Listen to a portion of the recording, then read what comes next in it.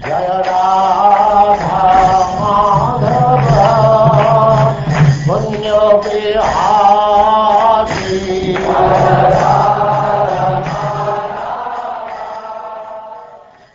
And now chapter 79.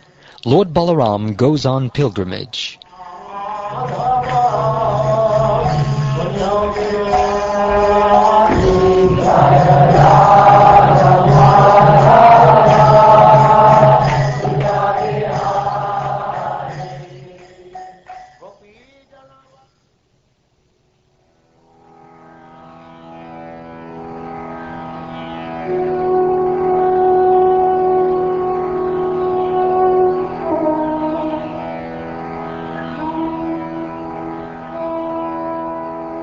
Shukdev Goswami said, "Then on the new moon day, O king, a fierce and frightening wind arose, scattering dust all about and spreading the smell of pus everywhere.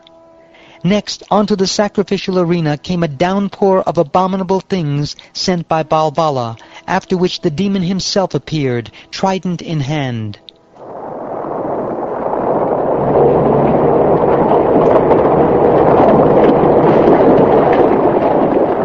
The immense demon resembled a mass of black carbon. His top knot and beard were like molten copper, and his face had horrible fangs and furrowed eyebrows. Upon seeing him, Lord Balaram thought of his club, which tears to pieces his enemies' armies, and his plough weapon, which punishes the demons. Thus summoned, his two weapons appeared before him at once. With the tip of his plough, Lord Balaram caught hold of the demon Balbala as he flew through the sky, and with his club the Lord angrily struck that harasser of Brahmins on the head. Balbala cried out in agony and fell to the ground, his forehead cracked open and gushing blood. He resembled a red mountain struck by a lightning bolt.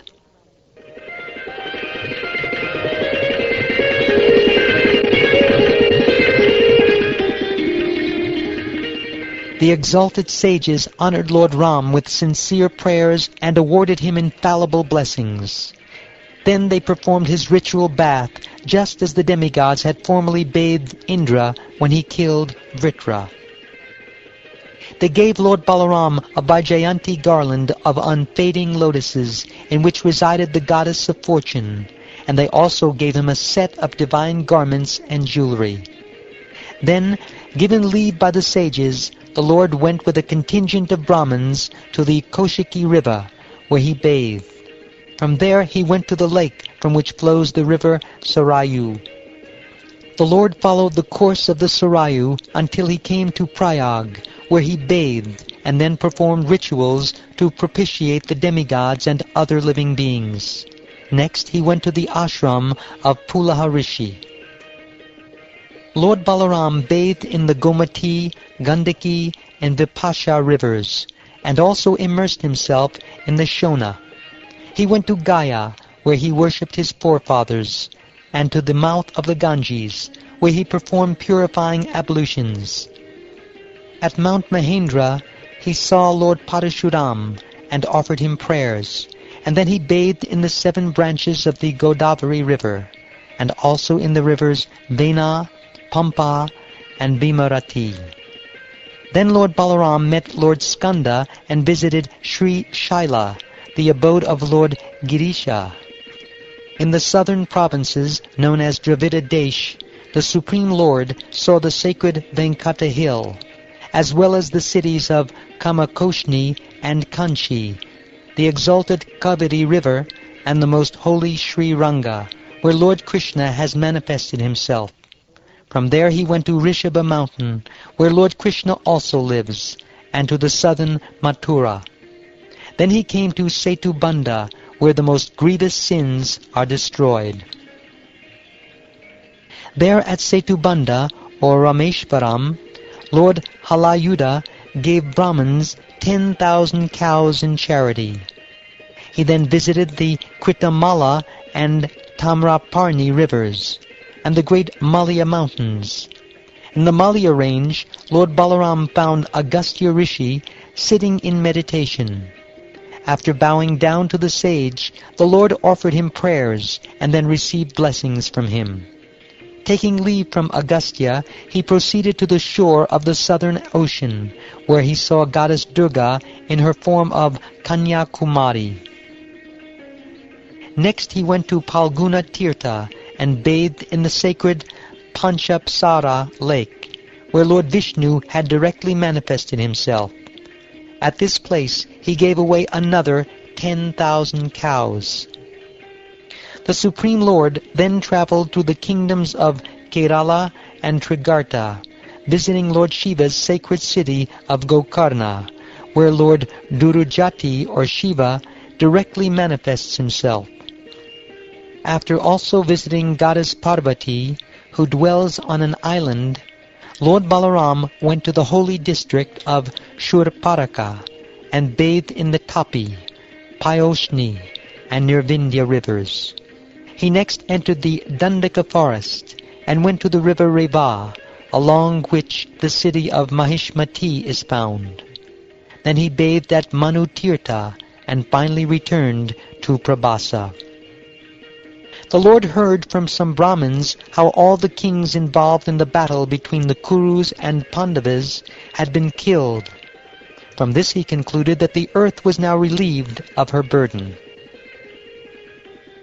Wanting to stop the club fight then raging between Bhima and Duryodhana on the battlefield, Lord Balaram went to Kurukshetra.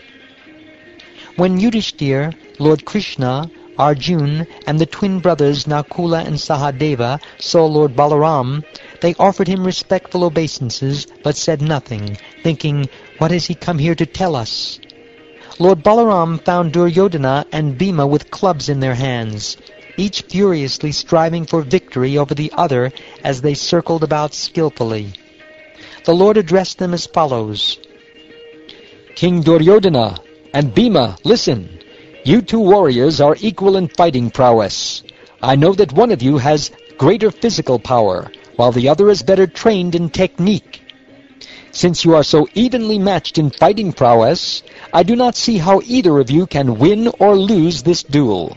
Therefore, please stop this useless battle."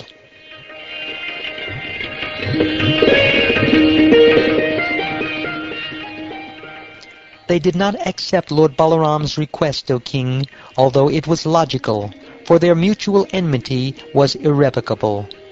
Each of them constantly remembered the insults and injuries he had suffered from the other. Concluding that the battle was the arrangement of fate, Lord Balaram went back to Dwarka. There he was greeted by Ugrasena and his other relatives, who were all delighted to see him. Later, Lord Balaram returned to Naimisharanya, where the sages joyfully engaged him, the embodiment of all sacrifice, in performing various kinds of Vedic sacrifice. Lord Balaram was now retired from warfare. The all-powerful Lord Balaram bestowed upon the sages pure spiritual knowledge, by which they could see the whole universe within him, and also see him pervading everything. After executing with his wife the Avabrita ablutions, the beautifully dressed and ornamented Lord Balaram, encircled by his immediate family and other relatives and friends, looked as splendid as the moon surrounded by its effulgent rays. Countless other such pastimes were performed by mighty Balaram, the unlimited and immeasurable Supreme Lord, whose mystic Yogamaya power makes him appear to be a human being. All the activities of the unlimited Lord Balaram are amazing. Anyone who regularly remembers them at dawn and dusk will become very dear to the Supreme Personality of Godhead, Sri Vishnu.